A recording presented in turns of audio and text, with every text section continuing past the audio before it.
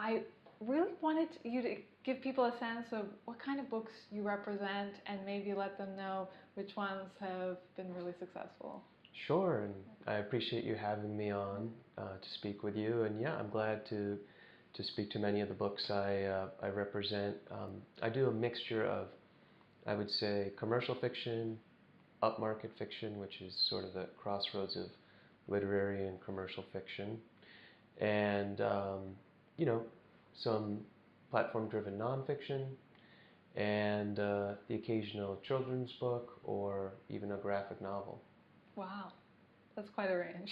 Yeah. There's so many authors who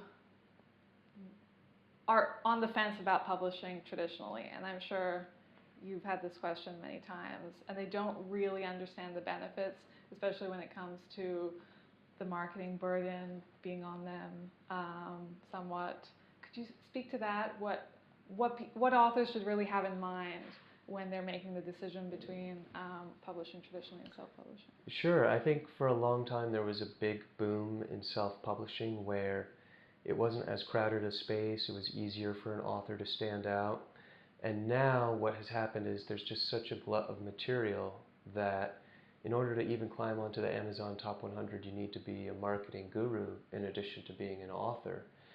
And the other problem which has come about is that so much of the pricing of ebooks has become competitive in a way that a lot of these books have undercut each other in prices. It's like a race to the bottom until you're a 99-cent ebook. And so it's very hard for a lot of authors. Whereas in the past, some authors made their name there. They sold tens of thousands of copies of their books and could get a publisher impressed and take it on board. Those authors who went hybrid or traditional with a major trade publisher were much better off in a lot of cases. But you are right that sometimes a lot of the burden falls on the shoulders of authors in terms of marketing and publicity, because a publisher can only pay attention to some of their biggest books. You know, an author at a publishing house has to hope that they stand out and that they get the right kind of attention and work with the right kind of people. So I've seen authors use freelance publicists. I've seen authors kind of do a little bit of DIY because at the end of the day, people will want to hear from authors. And so it's important that they're out there on social media and online and doing some of this too. Could you talk a little bit, you mentioned that some books will get a lot of the attention from publishers, marketing and publicity wise. How do you know if you're going to be in that category? Well, there are a number of factors. A big part of it, I would say, for a new or a debut author is the level of enthusiasm that they feel from the publisher. So maybe they have a lot of champions in-house at the publisher who are so excited about the book, and that sort of just wins the day for an author. You know, the expectations for a debut work of fiction, for instance, could be set very high because there's no prior book publishing baggage for an author of debut fiction. They can really only make an evaluation based on how they feel about the book itself. And so in the case of other authors, you know, who have more of a sales track record, you know, publishers tend to break their list down into lead titles, key titles, you know, and you know, they also have make books too, which, you know, a book could kind of climb up into that list, and it's sort of broken down by the printings. So if a book has a very big printing, first printing like 50,000 copies, 75,000 copies, even 150,000 copies, you can bet a book like that is probably a lead title, and it's going to get a lot of attention accordingly because the publisher probably paid a lot for the book. They need to make up their costs of manufacturing that many books. So those kinds of books will get a lot of marketing and publicity. So an advance is a great indicator that you're going to be in that category. Usually, because when publishers sit down after having acquired a book, and if they, let's say they overpaid for a work of debut fiction, you know, as a lot of publishers now have a tendency to do,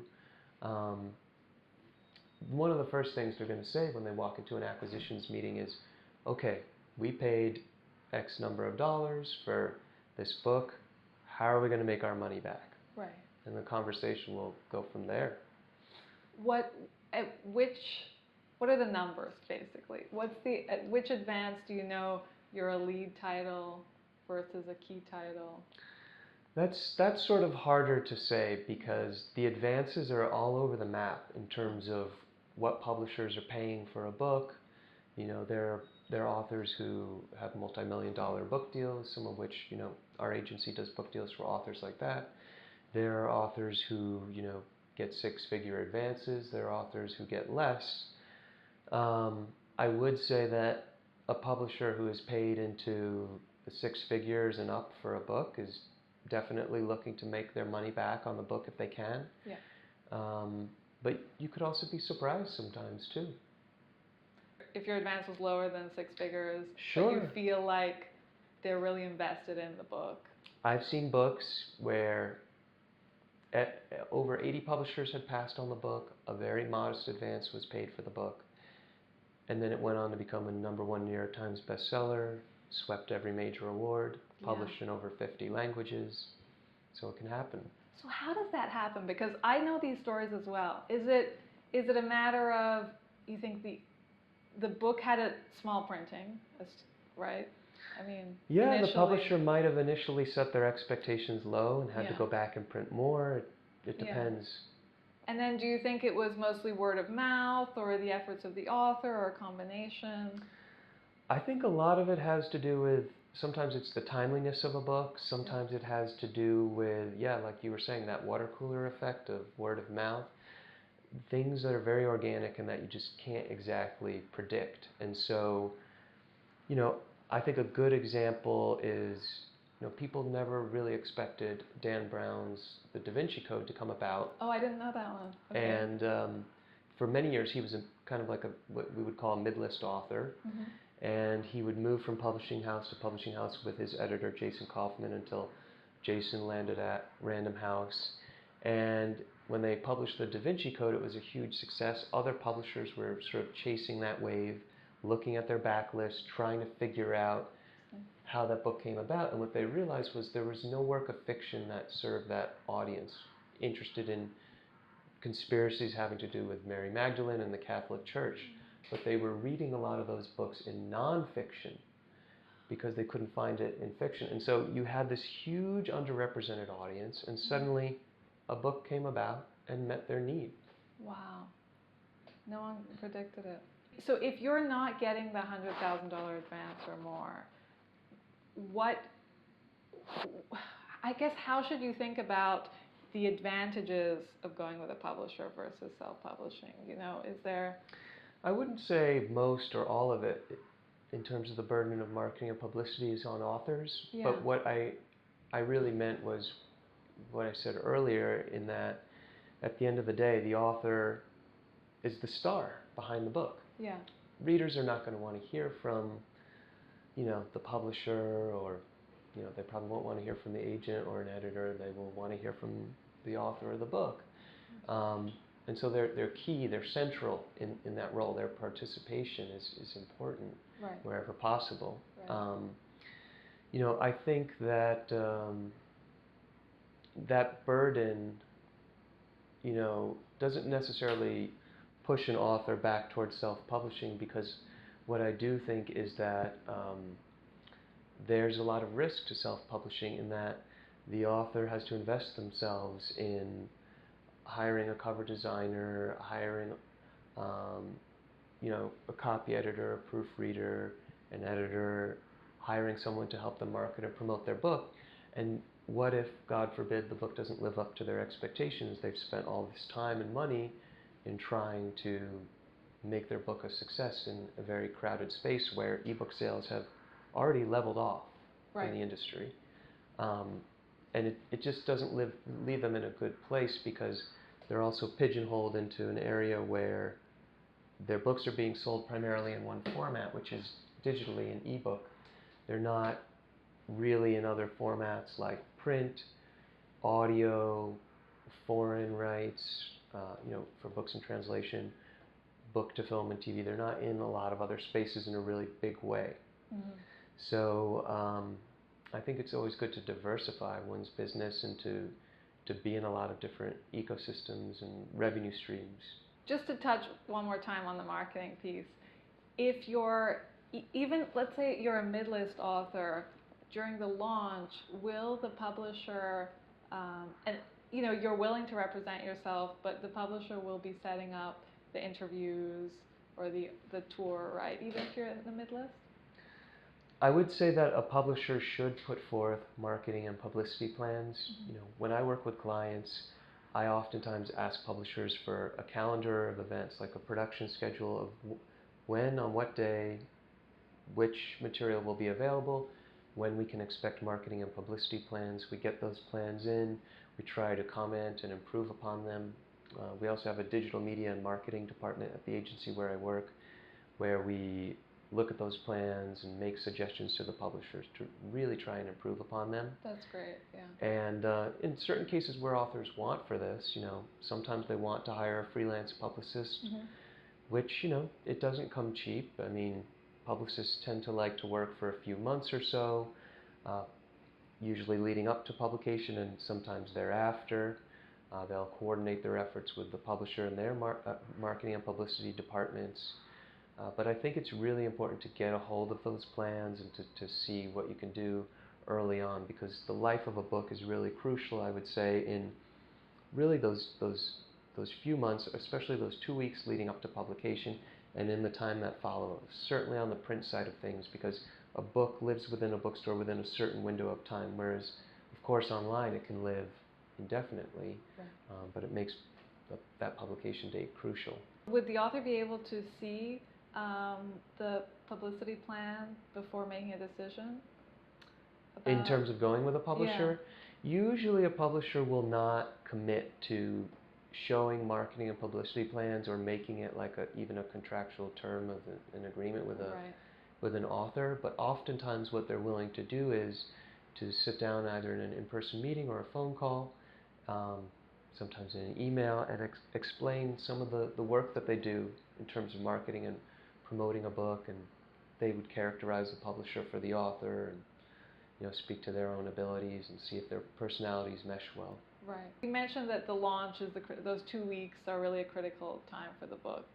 What about prior to that? What can an author be doing, a year or two before they expect their book to launch?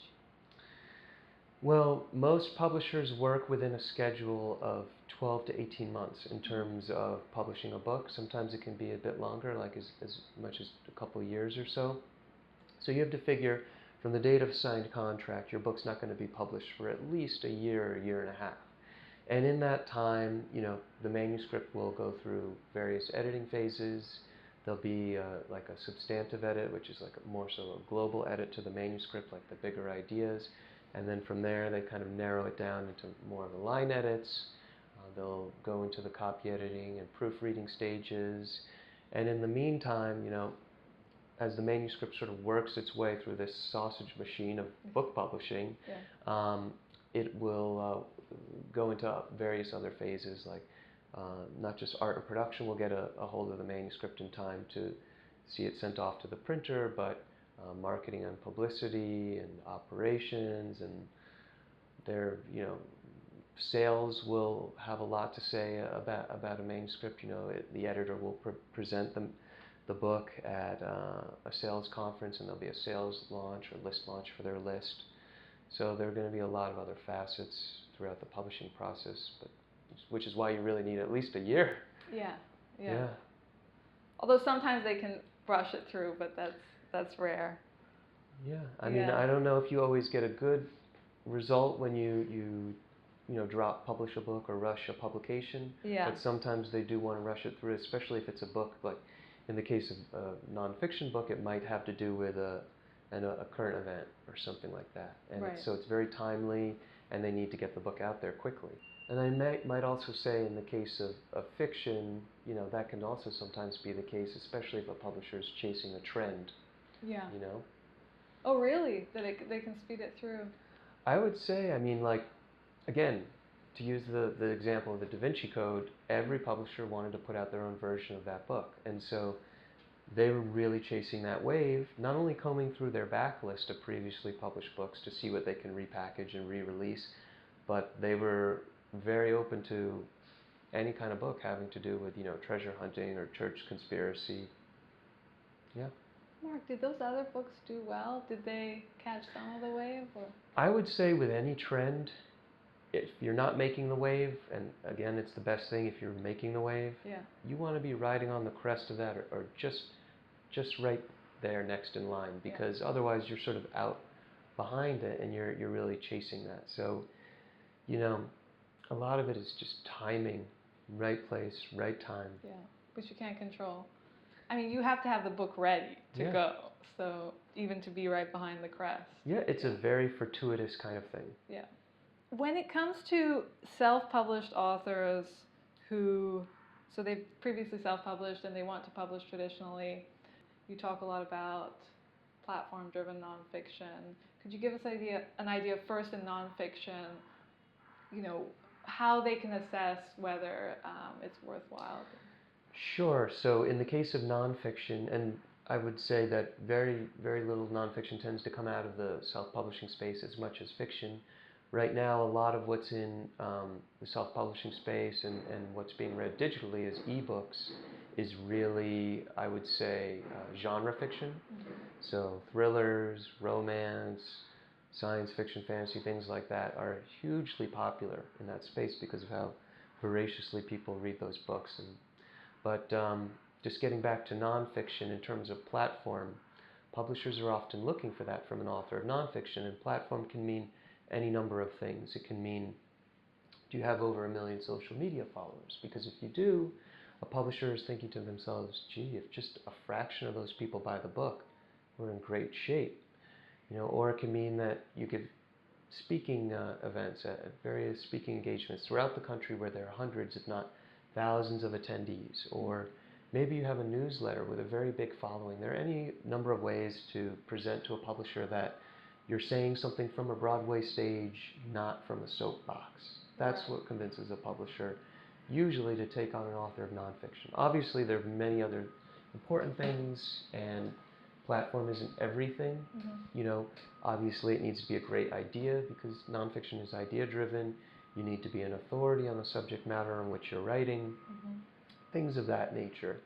So if it's a nonfiction book coming out of the self-publishing space, the platform needs to be there. And I would say also that, and this is even more so in the case of fiction coming out of the self-published space, that the sales numbers need to be there to justify it. So most publishers, I think, would expect to see a book that has sold tens of thousands of copies, maybe 50,000 copies at a decent price, which is not always an easy thing to do because, again, it's a crowded space in the self-publishing sphere. So sometimes it's best to try the traditional route first, and short of doing that, self-publishing I think is it could be a good safety net for authors, but also good income stream in some cases. And if the book does well, it's a springboard back into traditional publishing. When you say tens of thousands or 50,000 copies, is that over what period of time? I would say, even just in the lifetime of the book, from publication to date.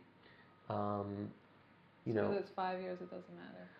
I wouldn't, well, I mean, in terms of 5 years, I mean, publishers like things a little bit fresher on the market. So maybe a book had been out for 6 months or a year, and it's done phenomenally well, and the author wants to try something new with a publisher, because it's hard for a publisher, I think, to republish a book that was already self-published and walk in on the middle of a series. It's not to say it doesn't happen, but maybe the author has a new standalone title or a new series they could try out on a publisher. That's a good instance there where that would work. Okay, that's great. And just a little bit more about the platform. You mentioned 1 million, social media followers. Are there, have you worked with nonfiction authors who have, different, let's say someone is a speaker, an active speaker, but they don't have that number of followers? Yeah, I mean, platform is not everything. It helps a lot because that's where a lot of publishers' minds are at, because they they need help in selling a book. They like to have a built-in audience where, again, if an author's doing a speaking engagement, after the event, there's oftentimes a book signing, and they can move hundreds of books in one event. And if they're doing many of those events throughout the year, it helps. But there have been instances where we have kind of constructed a platform with an author in the eyes of a publisher, and we've been able to present to a publisher and say, this is the platform that's being built around this author.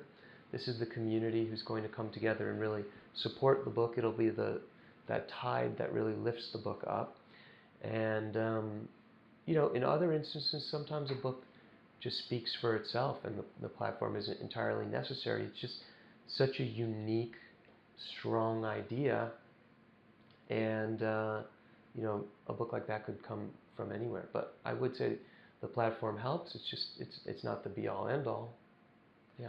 Could you share a little bit about that when you helped an author construct a platform, like some details? So the example of that would be, I have this client, Ruby Karp, who she's done a lot of performances with the Upright Citizens Brigade Theater.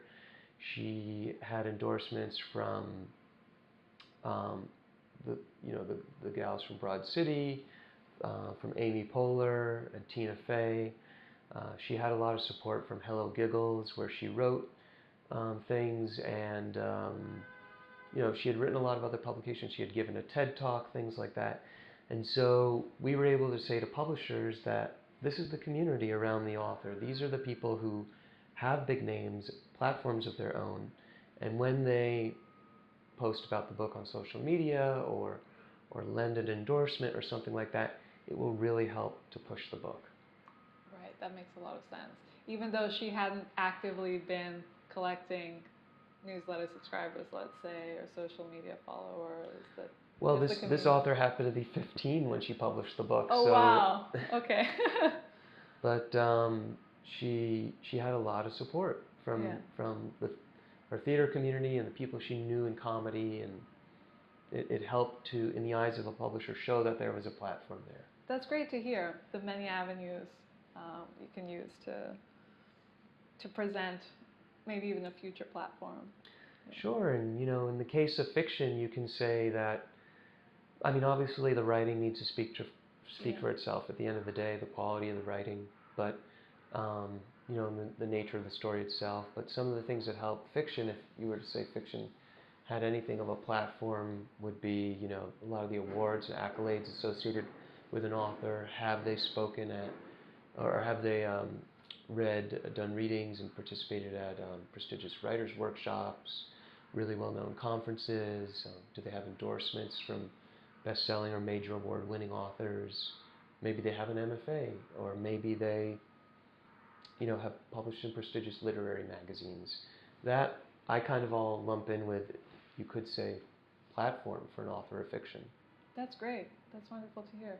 And when it comes to the endorsements, do you have advice to authors about how to go about getting those?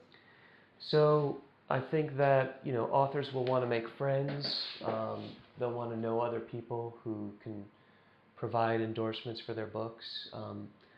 It's nice to be able to say to a publisher, these 3 or 4 best-selling or major award-winning authors will provide an endorsement, but the publisher, at the end of the day, once it's in the bank, that's when they'll really believe it's there. And so a lot of authors tend not to want to provide endorsements as much until there's a publisher in the picture for an author. So I think, an author, what they could do is, if they know other authors through a conference or a workshop who they're friendly with and who are willing to provide a blurb, maybe they're willing to do that off of a sample of the book or something, they might share a few kind words with an author, because that goes a long way in helping to get a book sold to a publisher, especially for an author of debut fiction or first-time author of nonfiction.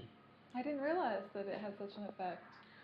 Well, the publisher, because eventually they're going to have to comb through their own list of authors in order to appeal to them for endorsements for the book. They're going to also try and get trade reviews too, and the agency will do the same thing after the book is going through the publishing process, like I will often appeal to clients of my own to see if they would be willing to help lend endorsements, for forthcoming books. But it helps to have it early on, if possible. So I learned this from a New York book editor's author, Mark Madonna, because he was asking us for the endorsements, and it just so happens that Mark is his agent. Yeah. That's right. We work together. Mark is a fantastic author. He, has a book we're very excited about, and it has elements, I would say, of the Crawdad's book, and maybe a little bit of Celeste Ng mixed in. And we'll see where things go with it. It's getting some good responses to the pitch from editors, but it's still very early in the process to see about anything else. Yeah, well, I'm just very, very excited for Mark and for you, both Marks. Could you just give us a sense of when you read Mark's query, what was it? Just to show other people sort of some advice about querying as well. So I think Mark Madonna had constructed a really strong query letter. The meat and potatoes in terms of just the plot elements, which you look for in commercial fiction, were there. It was extremely well written, which is a good first indicator to an agent or an editor that the manuscript might similarly be well written. And I think Mark had some good experience in terms of writing, a little bit in a background in the journalism and magazine world, which helps lend provenance. And I would say that he had assembled some terrific, what we in the industry call comp titles, or what are really competitive or comparative titles. Basically, best-selling books published within the last 5 years that an author feels are similar to their book in such a way. And that's used to not only hold a book in high esteem, but to really place it in the minds of an agent or an editor trying to figure out, where would this book go on my list? Where would it go in a bookstore? And how well can I expect it to do? So I think Mark's book is not just well written, it has a strong plot, but it's timely. And so all those things you could see right away from the query letter. To touch on the comp titles, a lot of agents say you shouldn't point out major bestsellers. Hunger Games. Right. I think with the comp titles it can be tricky because on the one hand you want to be realistic, and on the other hand, again, it's about holding oneself in high esteem. And so I think it is reasonable to use bestsellers as comparisons because you want to set the publisher's expectations highly. The publisher, what they're going to do is, if they're interested in a book and they want to acquire it, what they're going to do is they're going to run what's called a profit and loss statement, or we call it a P&L sheet. A lot of businesses will use that. And it's interesting they do that in publishing because it's far more of an art than a science. Yeah. They're going to plug into that profit and loss statement books they feel are similar that have published before and what their sales numbers were. And that's how they are going to be setting their expectations for that author. So as an author, wouldn't you rather be setting the publisher's expectations than allowing them? So I think an author is always in a better position when they're doing that. And furthermore, after a publisher were to have acquired a book, the retailer, like Barnes & Noble or any other bookstore that's to carry the book, is going to ask the publisher, what are the comps? So an author who has that ready to go will really be miles ahead. I think where the comps remain realistic is if you're talking about books that were published within the last 5 years. When you go outside of that, books were written a bit differently, published differently. Publishing was probably a different time before then. And so, if you've written, I don't know, kind of historical romance set in the South, you wouldn't say it's Gone with the Wind. Right. I mean, maybe you could include that as one of the comparisons, but if you're putting forth 2 or 3, at least the other 2 ought to be more realistic. Okay, that's great advice. And that's the kind of advice you get from an agent, right? Could we just touch briefly on the role of an agent and their compensation, which a lot of authors actually don't know about? Sure. So, an agent exists essentially to provide services to authors. They, are obviously a gateway to publishers because most every major trade book publisher, certainly all the big five publishers, do not accept unagented submissions. Right. You could call the main phone line and you'll hear that in an automated response. So Oh, they have it on there. certain publishers, I've heard that. So certainly, yes, in order to work with a publisher, I think in most cases you need an agent.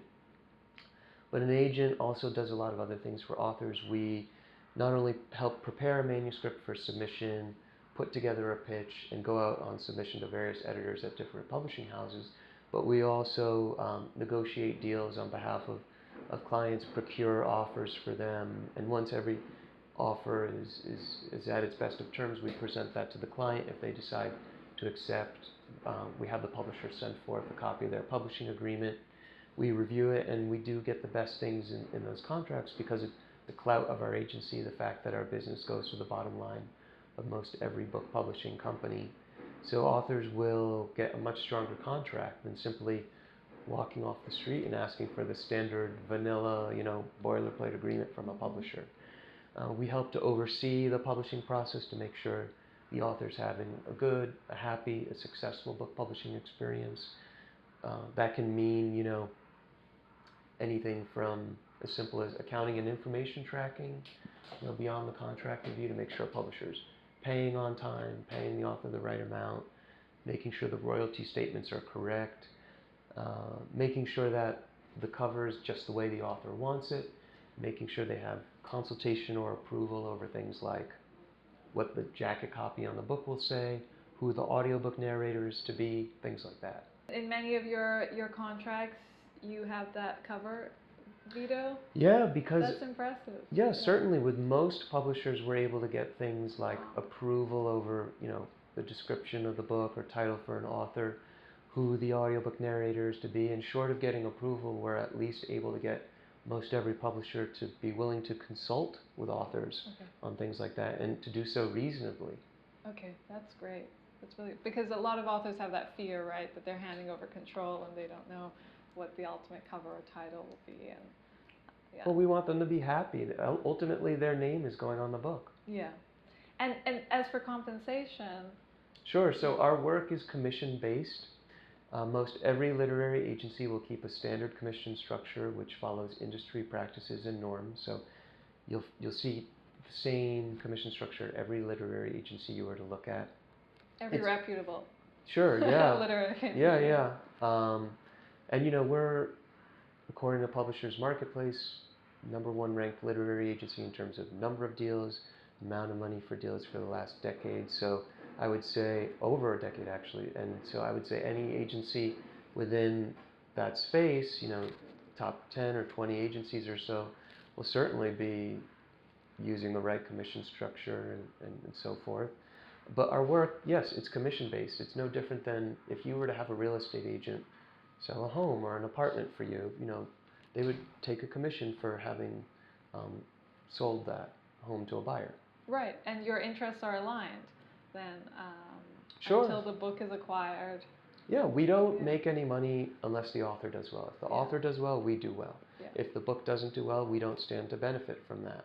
Right. There are no fees other than we only get paid when the book gets sold to a publisher. That's when we get our commission. Right.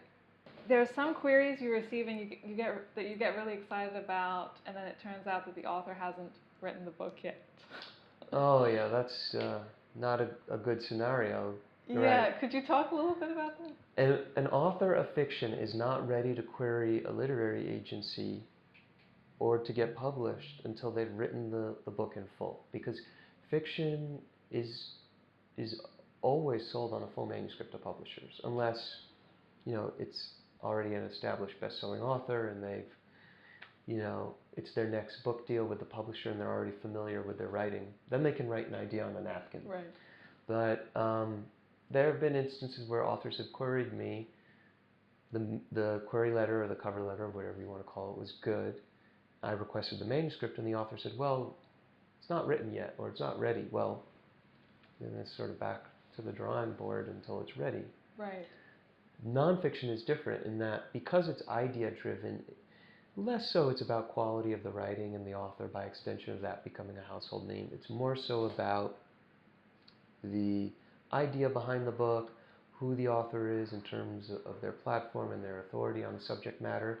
And so nonfiction is sold on a proposal accompanied by maybe a sample chapter or two. And that's where you can get away with a partial manuscript. Right. What's your stance on mini proposals?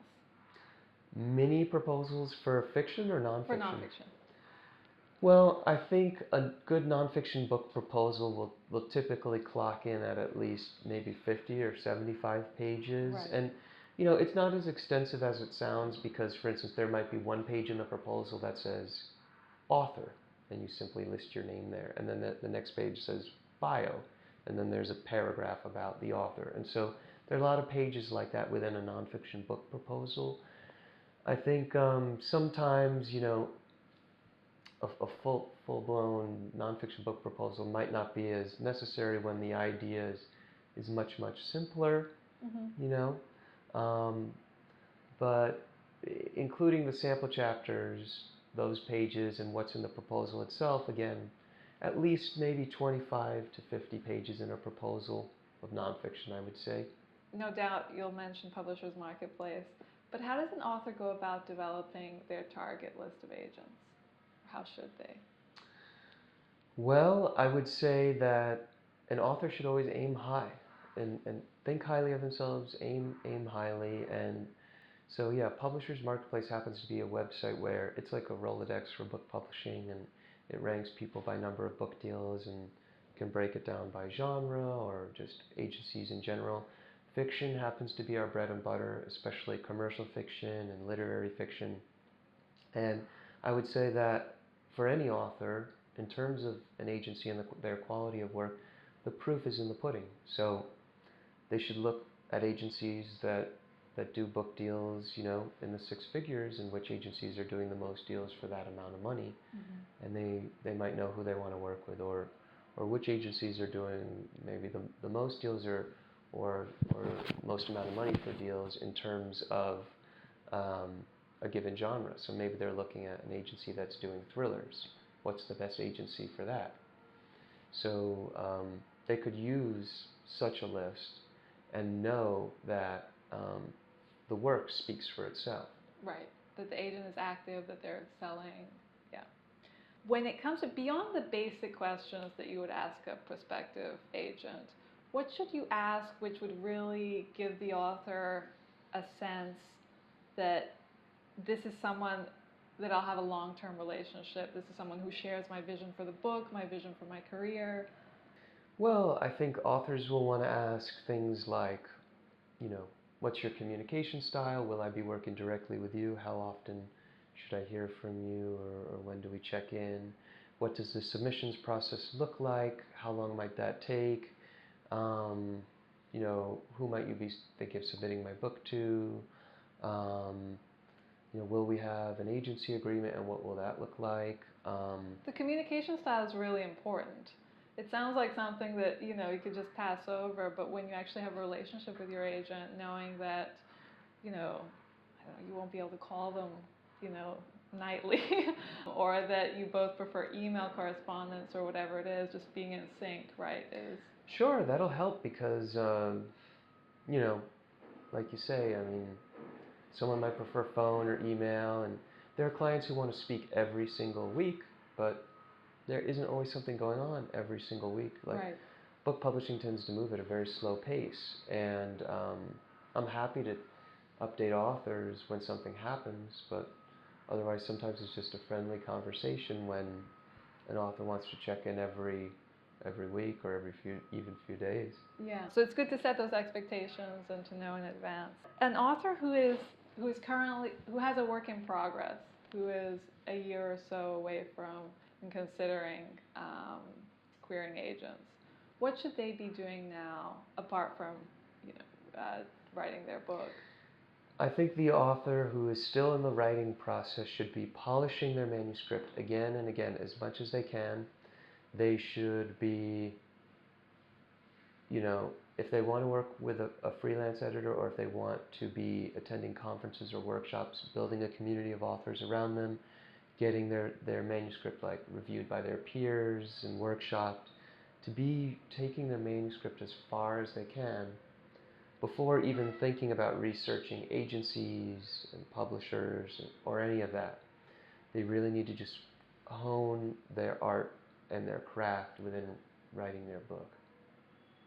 Love that. Okay. Yeah, that's great. I think that's it. We didn't touch on your big books. Sure. The agency where I work, we represent a lot of #1 New York Times bestselling authors, major award-winning authors like Pulitzer Prize winners, Booker Prize winning authors, you name it.